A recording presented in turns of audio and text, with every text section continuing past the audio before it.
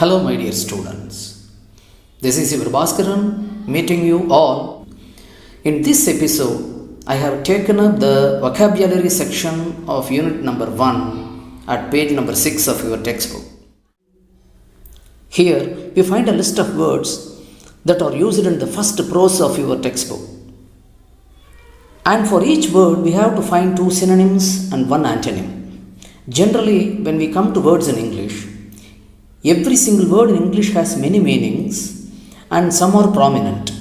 And the prominent meanings are said to be the literal meanings of the word. Whereas, when those words are used in sentences, based on the sentence or the context of the sentence, the meaning of the word changes. That is called contextual meaning. Generally, when you students go to examination, you may find 2 options appearing to be the answer. In that case, you have to think for a while, read the sentence given or read the sentence in which that word is used. Then you have to choose the contextual meaning or the word that gives contextual meaning of the underlying word. That is the right way to do.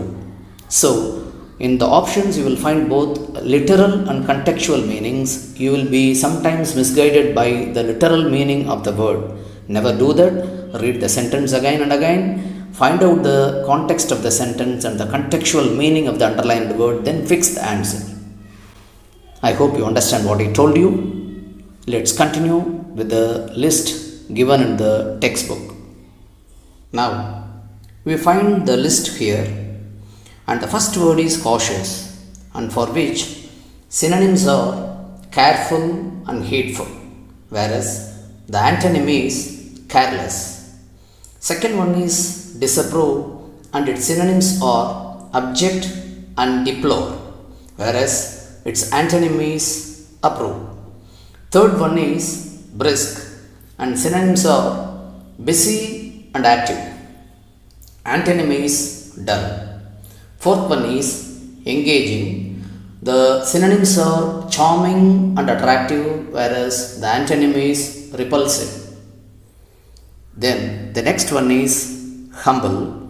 And for humble, the synonyms are modest and unassuming, whereas the antonym is immodest or proud. The next word is eager, for which the synonyms are keen and willing, whereas the antonym is reluctant. Coming to the next one, resistance. The synonyms are protest and opposition, whereas the antonym is support. Next word is persuade. Its synonyms are induce and influence, whereas its antonym is dissuade. The next word is scarce. Its synonyms are scanty and little, whereas its antonym is plentiful. Coming to next one, nobility. The synonyms are virtue and greatness, and the antonym is meanness. The next thing we see here is homophones or confusables. You have already learned that homophones are words that sound alike but are different in spelling and meaning. Example, feet, feet, face, face, sort, sort, hair, hair, etc. What are confusables? Confusables or confusibles are words that are commonly confused with one another in meaning or usage because of slight similarities in spelling, pronunciation or meaning. Example, moment, moment, accept, expect, human, humane, discover, invent, etc. Here we see a list of confusables, and let's see their meanings and let us use them in sentences. The first one is emigrate and immigrate. Immigrate means leave a country to settle down in another country, whereas immigrate means enter a country to settle down there from another country. So, we can say, my grandfather emigrated from India to America, or my grandfather immigrated to America from India. Next word is beside and besides. Beside means next to something or being adjacent. And besides means in addition to. So let us use these two in a sentence. Besides watching TV, he was looking at his cell phone beside him. Now let's go to the third pair. It is judicial and judicious. Judicial means connected to a court, whereas judicious means sensible. One should be judicious in judicial matters. It is the sentence. And the fourth pair is eligible and illegible. Eligible means deserving or being qualified, and illegible means not being clear enough to read. So, the sentence is many eligible candidates were not selected for their illegible handwriting. And the fifth pair is conscience and conscious.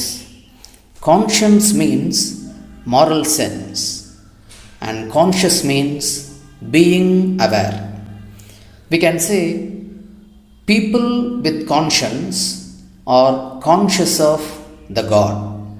The next pair is industrial and industrious. Industrial means connected with an industry or a factory, whereas industrious means very hardworking. We can say industrious people are very essential for industrial estates. And the next pair is eminent and imminent. Eminent means famous, whereas imminent means something bad that is soon to happen. So, the sentence is the most eminent scientist in the world has been warning about the imminent danger of nuclear war. Then, the next pair is illicit and illicit. Illicit means illegal, whereas illicit is a verb, it means to get some information with great difficulty. So, the sentence here is the police tried to elicit information from the bootlegger who sold illicit liquor. Bootlegger means a man who sells illicit liquor. Then the next pair is prescribed, prescribed. Prescribed means stipulated. Prescribed means banned or prohibited. So we can say the book which has been prescribed for the BA class has been prescribed for containing some remarks against a particular religion. This is the sentence for it. And the next pair is affect. Affect means influence, and the other word is effect. Effect means result or impact. So the sentence is the effects of new pension scheme will affect the future of the employees. And the next pair is oral and oral. Oral means relating to hearing, and oral means relating to speaking. The teacher gave an oral test in the class to the students. Then the last pair is born, born. Born means related to birth, and born means carried by. Here the sentence is many plants are born from the airborne seeds. Here we have another task where homophones or confusables are given, and we have to find the suitable homophone or confusable and write them in the boxes against the words. Let's take the words on the left side, and the word here is wallet, and the other word is valet, and the next one is fiery, and its confusable is fiery. Then the next word is middle, and even its pair is middle. Coming to the next one, weight, even its pair is weight.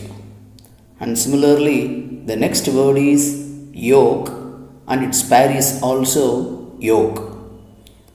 The next word is grown and its pair is grown.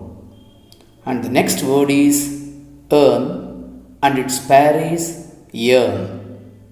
Now let's come to the words on the right side. The first word on the right side is hoard and even its pair is hoard. And the next word is desert and its pair is desert. And the next word is night and its pair is night. The next word is sweet and even its pair is sweet.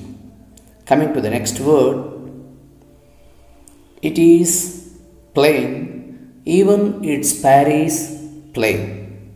And the next word is might and its pair is also might. Then the last word is quiet and its pair is quiet. Now you have to look at the spelling and find the difference in them. Here most of the pairs have same pronunciation and a few have different pronunciation, but all the words have different spellings and different meanings. Now we have another task here and we find 9 phrasal verbs here. What are phrasal verbs? Phrasal verbs are a combination of a verb and a preposition or an adverb. That preposition or an adverb is called a particle. When a verb comes along with a particle like this, its meaning changes. That is, the meaning of the verb changes, and every phrasal verb has many meanings. And here we have to frame sentences for the given phrasal verbs. We are going to frame a sentence here with the prominent meaning of the given phrasal verb. Now let's take up the first one, cut off. It means remove something by cutting from its larger part. So we can say the woodcutter cut off the branches from the tree. And the second one is draw. Draw up means arrive and stop. And so the sentence we can give is a cab drove up in front of my home. And the third one is turn away. Turn away means denying permission to enter. And here we can say many people were turned away from the stadium. And the next phrasal verb is come upon. It means meeting somebody by chance or unexpectedly. So we can say, I came upon my old friend after many years. Then the next phrasal verb is pass out. It means to faint. We can say, I passed out due to hunger. Then the next one is stand by. Stand by means help somebody or support somebody in difficult situations. We can say, true friends will always stand by. And the next one is put out. It means extinguish. That is extinguishing the fire. You can say the fire was put out. And the next one is take off. It means remove, as well as in case of a plane, starting to fly is expressed with the phrasal verb take off. So you can say the flight took off very late, or he took off his hat. Then the last one is bank on. Bank on means rely on. So you can say I am banking on your help. And at last in this unit we have one more task to complete, and it is prefixing and suffixing to the root words. You can see the instruction here.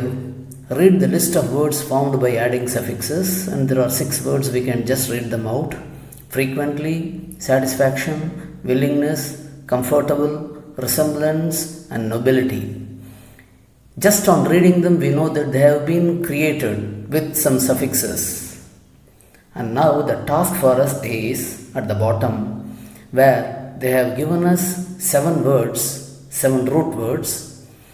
Using them, we have to form derivatives.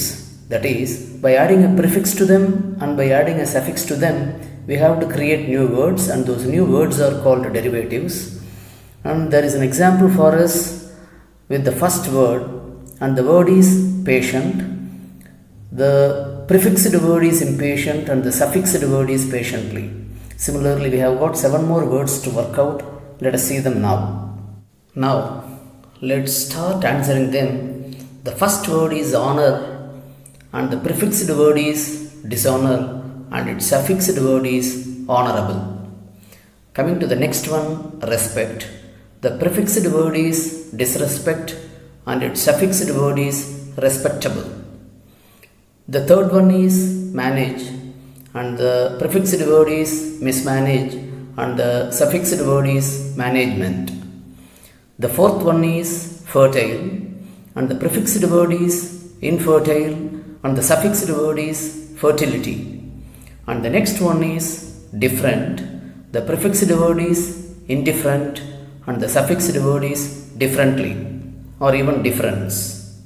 Then the next word, friend. Its prefixed word is befriend, its suffixed word is friendly or friendship. Then the last word is obey, and its prefixed word is disobey, and suffixed word is obeying or obeyed. So with this, we wind up the vocabulary section of unit number 1. I believe you could understand everything I taught you, and let's meet again in the next session. Until then, thank you and goodbye from Bhaskaran.